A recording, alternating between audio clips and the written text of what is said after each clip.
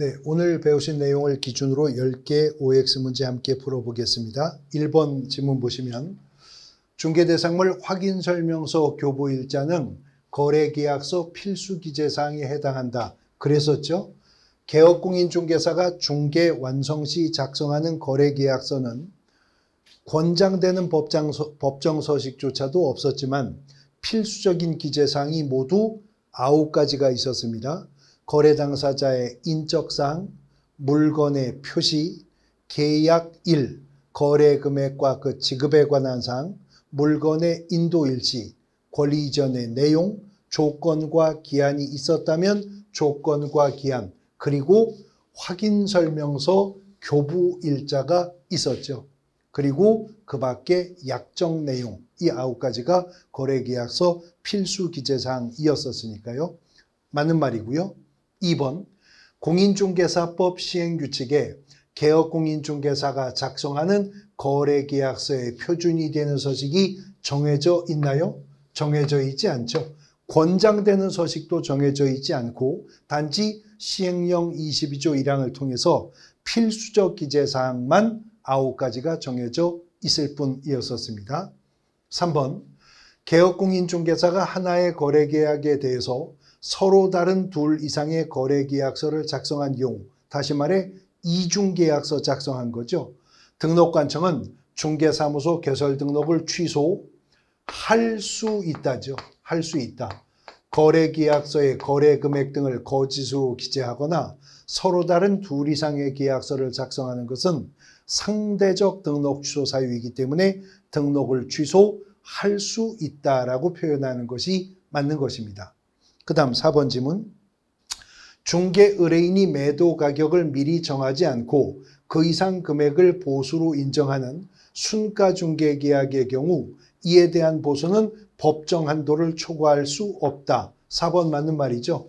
왜냐하면 공인중개사법 33조 1항이 9가지 금지 행위를 나열하고 있는데 그중에 세 번째에서 사례, 증여, 그 밖에 어떠한 명목으로도 법이 정한 중개보수 실비를 초과하여 금품을 받는 행위를 금지한다라고 했기 때문에 그렇습니다. 그러나 이 말이 순가 중개계약 자체가 공인중개사법 위반이 된다는 말은 아닙니다. 그러나 순가 중개계약의 결과로 받게 된 보수가 법정 한도액을 초과하게 된다면 이제 금지행위 위반이 성립하게 될 것이다 라고 하는 것이죠. 이어지는 5번 지문. 거래 당사자 쌍방을 대리하는 행위는 금지행위에 해당하나 일방을 대리하여 계약을 체결하는 행위는 금지행위에 해당하지 않는다. 그렇죠?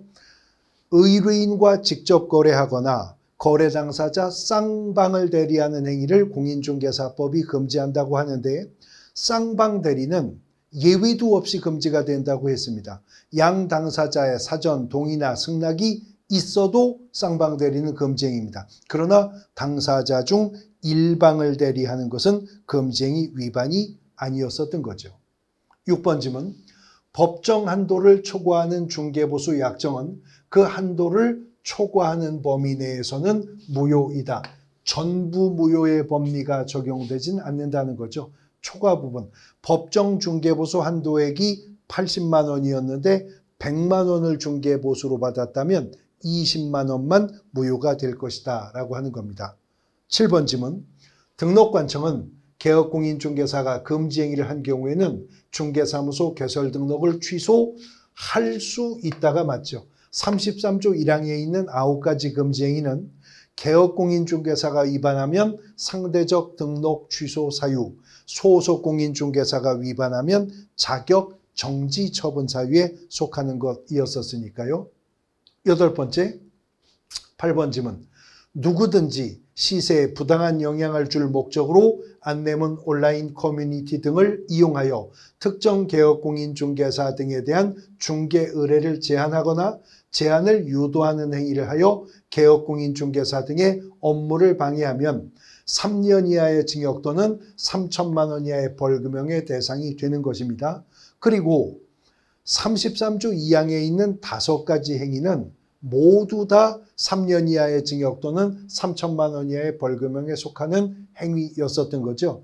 이런 위반 행위를 한자를 신고 또는 고발했을 때는 또 50만 원의 포상금 지급받을 수 있는 대상 사유이기도 했었던 것이고요. 이어지는 9번 지문 보시면 부동산 거래질서 교란행위 신고사항에 대해서 조사 및 조치를 요구받은 시도지사 및 등록관청은 신속하게 조사 및 조치를 완료하고 매월 10일까지 직전달의 결과를 신고센터에 통보하는 것이 아니라 완료한 날로부터 10일까지 10일 이내에 통보하도록 하고 있었습니다. 9번 틀린 지문이고요. 마지막 10번 지문 보시면 국토교통부 장관은 부동산 거래질서 교란행위 신고센터 업무를 한국부동산원법에 따르는 한국부동산원에 위탁한다. 그렇습니다. 공인중개사법에서 부동산 거래질서 교란행위 신고센터 구축 운영은 국토부 장관이 하는데 한국부동산원에 그 업무를 위탁하도록 규정하고 있습니다. 아주 유사한 거를 우리가 뒤에 부동산 거래 신고 등에 관한 법령편에서도 보실 건데요. 부동산 거래질서 교란행위 신고센터뿐만이 아니라 부동산 거래 신고 등에 관한 법령에 부동산 거래 가격 검증 체계라고 하는 게 있거든요. 이 부동산 거래 가격 검증 체계도 국토교통부 장관이 구축 운영하는데 한국부동산원법에 따르는 한국부동산원에 위탁하도록 규정을 하고 있는 겁니다. 오늘 배우신 내용을 토대로 10개의 OX 문제 풀어보셨습니다.